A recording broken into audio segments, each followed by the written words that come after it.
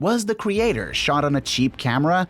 Did Ken Watanabe almost not appear in the movie? And where exactly was the film shot in Asia? Welcome to CineSqueeze, and today we're covering the top 10 surprising facts about the creator. The film that got Washington. Some viewers might think that director Gareth Edwards chose actor John David Washington because of his appearance with the sci-fi action film Tenet. But it wasn't the film that convinced Edwards. The film that really stuck out to him was Washington's leading role in the 2018 film Monsters and Men, where he played a cop. A change in title. Titles can be hard for movies, and it seems like this film offered up a challenge. The original title chosen was True Love. The title was eventually changed to The Creator, probably because True Love doesn't exactly make one think of a sci-fi dystopian film. Although The Creator doesn't tell us much about the film, it's better suited for a picture such as this. Jumping from franchises. Director Gareth Edwards has had quite the career. He went from directing a low-budget monster movie called Monsters in 2010 to the big-budget Godzilla reboot in 2014. He then moved on to directing Rogue One, a Star Wars story in 2016. Thankfully, The Creator will mark his first original sci-fi film in 13 years. Not only is Edwards writing and directing, but this is his first time producing as well. New and old friends behind the camera. Gareth Edwards ended up working with some notable talents on this production. For The Creator, he was reunited with cinematographer Greg Fraser, as the two of them had previously worked on Rogue One, a Star Wars story. But there's some new people he's working with as well. Specifically, this is the first Gareth Edwards film to have a music score by Hans Zimmer. Zimmer's scores have been showcased in everything from The Dark Knight to Dune. While we're talking about Dune, The Creator was also co-edited by Joe Walker, the editor on Dune. Come to think of it, Greg Fraser was also a cinematographer on Dune. It all seems to come back to Dune. Relating to the real world. There's a timely nature to how The Creator frames a narrative about mankind versus AI. There's been real-world concerns over how artificial intelligence has been used in conjunction with many jobs. One of the most concerning was the implementation of AI being used in the film industry for making movies. The topic became a central concern of the Writers Guild strike. Coincidentally, the trailer for the film debuted 3 days after the strike began. It's interesting that the film argues in favor of AI, but more for the right to exist rather than the right to replace humans entirely. The wealth of inspiration.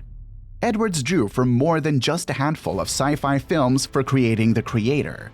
It's probably not much of a surprise that such sci-fi classics as Blade Runner, E.T. the Extraterrestrial, and Akira were favored by Edwards. More surprising are the inspiration of such films as Apocalypse Now, Baraka, Rain Man, The Hit, and Paper Moon. That combination of genre ensures that The Creator won't be a simplistic sci-fi film that draws from the obvious examples. A B-movie cameo. In The Creator, there's a child robot that John David Washington's character has to save. When the kid isn't running, he's watching TV. One of the times that she's watching TV, the picture is playing a film featuring Starman. Starman was a superhero in the 1950s Japanese sci-fi films like Attack from Space, Atomic Rulers of the World, and Evil Brain from Outer Space.